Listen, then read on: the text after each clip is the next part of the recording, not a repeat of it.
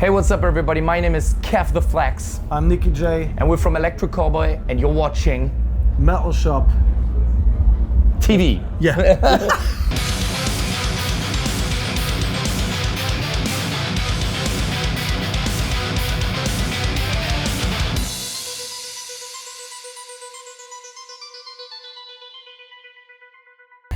That's a funny story. Yeah. We played Grass Pop 2 years ago, and one of our crew members came by and to our dressing rooms, and he was like, "Hey, the guys from the Offspring want to talk to you guys." And we actually thought that they were complaining about us or wanted to tell us something that we did wrong. I don't know.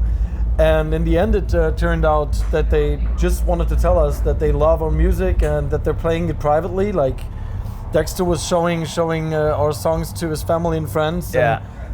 And you have to imagine, we grew up with their music, you know, and we always liked the Offspring, and they even made us buy our first guitar back in the days, you know. And when our heroes came up to tell us they like our music, that was mind-blowing. Yeah. They watched our show from the side, from side stage this day, and that's how we first met. And when we went back to the studio to write our new album, I think Daniel had the idea. Yeah, of that, we had an idea for a song, and we didn't think about the Offspring in the first place at that point. But when we created that song, it was like, wait a minute, that song sounds a little bit like pop punk, a little like punk flavor to it, and so we were like, why not ask Dexter if we want to do a feature on that? And we asked him, and he was down. And it was the best thing to work with him, like shooting the video or recording his vocals. We did it in a recording session over Zoom. We were in Vienna, he was back home. And he's the chillest person you can think of, you know? Kind.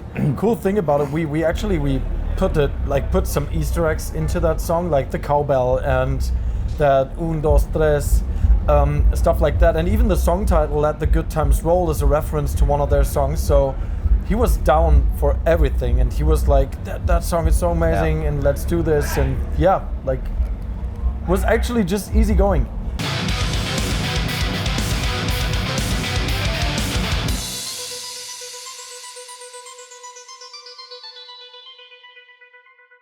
Well, we knew that this could be a collaboration that could reach a lot of people, because Babymetal is such a huge act, like all around the world. Everybody knows Babymetal nowadays, and well, like the whole working process, I can tell you that was one of the craziest things that we've done so far, because it's a 50-50 song. It's a 50-50 collab song. So we wanted to have Electric Callboy, but also the DNA of Babymetal in it. And the distance from Germany to Japan and the time difference and stuff made it actually really, really difficult to write that song together. So we had around 20 or 30 different versions of that song in the end.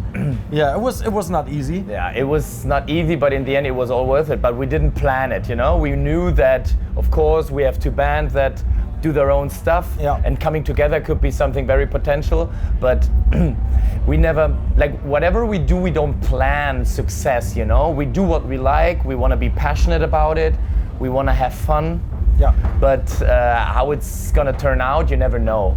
But we're very, very happy, and the song is always fun to play live. Yeah, and people like it. So sad, we are playing so many festivals, like we're on the same routing, but we don't play the same day. So hopefully we're gonna see them again real soon.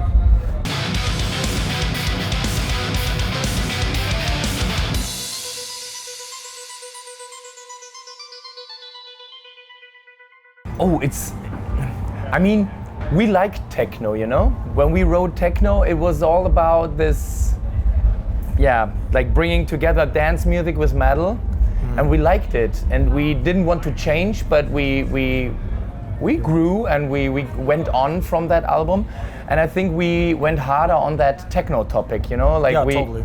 We like those techno tunes when it's really punching your guts, and but it was like this album was partly written on the road, I would say. Like we had a lot of ideas on the road, but we always needed to go back to the studio to finalize our ideas. And yeah, and we had a lot more pressure while writing that album, because I don't know, techno performed so well, and we want to release an album that is performing as good as techno. Yeah. So we actually put a lot of pressure on our shoulders, and yeah, I love the result. I think it's like you said, like an evolution of techno. I don't know, like, yeah.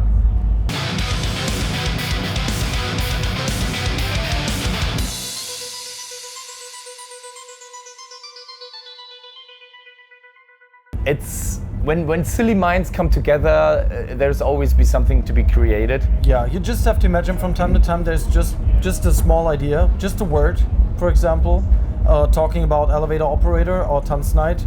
It all started with one word, and all the ideas came up immediately. Yeah. And usually we're just sitting together with all of a crew, like the video crew and everybody that is involved, and everybody's just throwing their ideas on the table, and then we're figuring out where to go, and that's basically it. But when it comes to the music, we're in the studio and like we can all put in our ideas. Try and sometimes it's try and error. Like when we start with a riff, for example, or a cool EDM sound, sometimes it's some DJs that inspire us to do something, or we have a topic that we want to talk about, or even a movie. It really depends.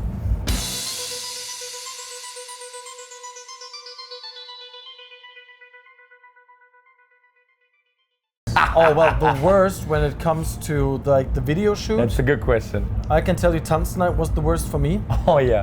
Because wearing that helmet and being in the mask for, I don't know, 2 to 3 hours on 3 days in a row, that was actually the worst one when it comes to feeling uncomfortable the whole fucking day, because it was itching.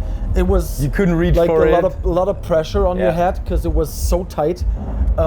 So yeah, that was a funny one, but it was actually I would say like the most uncomfortable one, and the most exhausting one, in my opinion, was actually Pump It. But yeah. That was an exhausting music video. Yeah. But it was supposed to be exhausting since it was a workout. But yeah, Pump It is for me as well. And funny thing is, like, we had to change location during the video shoot for Tanznight. And we were driving. We couldn't take off of this. Like, we took it to the car. I drove myself, and I was sitting next to him. We were both sitting in a car and like got stuck in a traffic jam. And imagine, even better, the car. Oh yeah, we broke down. We broke down, so we had to stop at a gas station because he had a flat tire, and we were standing at the gas station. Had to call one of our crew members to pick us up, and we were standing there for 20 minutes straight with that outfit. Yeah, good memories. Yeah.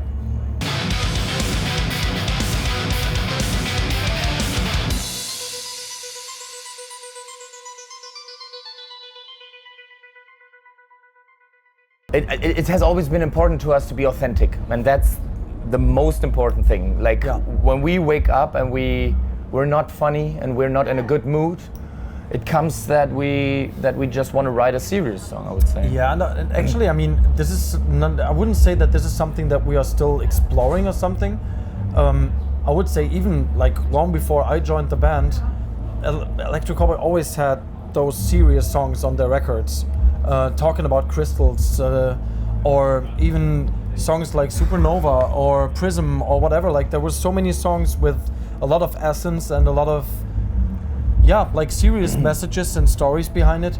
So yeah, it's just fun. It's just fun to don't have that kind of boundaries, you know. Like we don't have to write just funny songs. We don't have to write just serious songs. We can do whatever we want, and it's such a good thing.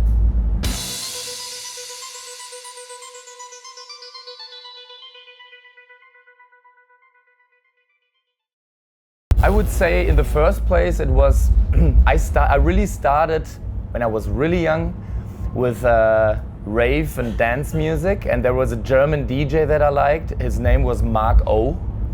He did some, he was a DJ and he did some, like, it was in the 90s.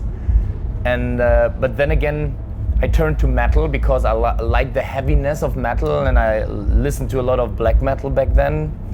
And but when I remember old records from my father, it used to be Scorpions, for example, that I liked.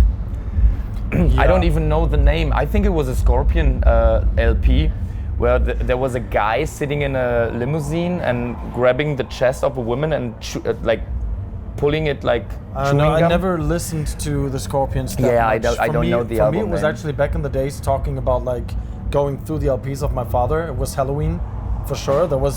I don't know the name of that record anymore, because like nearly every record of Halloween has dead rings on the cover. But there was one album like with there was one song, Perfect Gentleman, was on it, and I know that I was listening to that record over and over again. But one of the younger bands that I'm listening to for such a long time, and that I've seen when I started with my former band live, and I was like, holy shit, this is such a great live performance. They're called Heiß Kalt. That's one of my favorite German bands, I would say.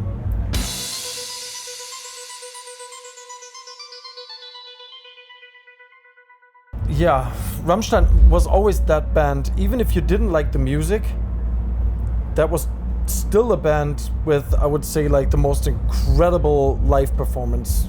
Something that you've never seen before. Yeah. But I never was a big fan of the music. That was not my taste in music. They had a couple of songs that I liked. Production wise, it's top notch. You know, they don't need to talk about it. You wanna be like Rammstein. It's crazy what they do. But music wise, maybe in the beginning, you know. But also like old metal bands from Germany. There used to be, or they are still around, I guess. Destruction. Their name is Destruction. Creator, The Butcher Strikes Back. That was a good album, I remember. But we all started like that, you know?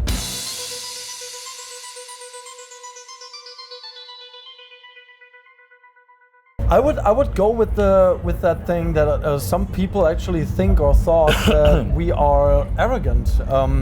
I don't know. That's something that I would throw away, because it's or punch back, because that's actually not true. I mean, it's up to the people to decide, you know, if they think we're arrogant. But we always try to be. But that's something that I want to keep away from me, because we don't want to be there. We're trying to be humble everywhere we go. Yeah.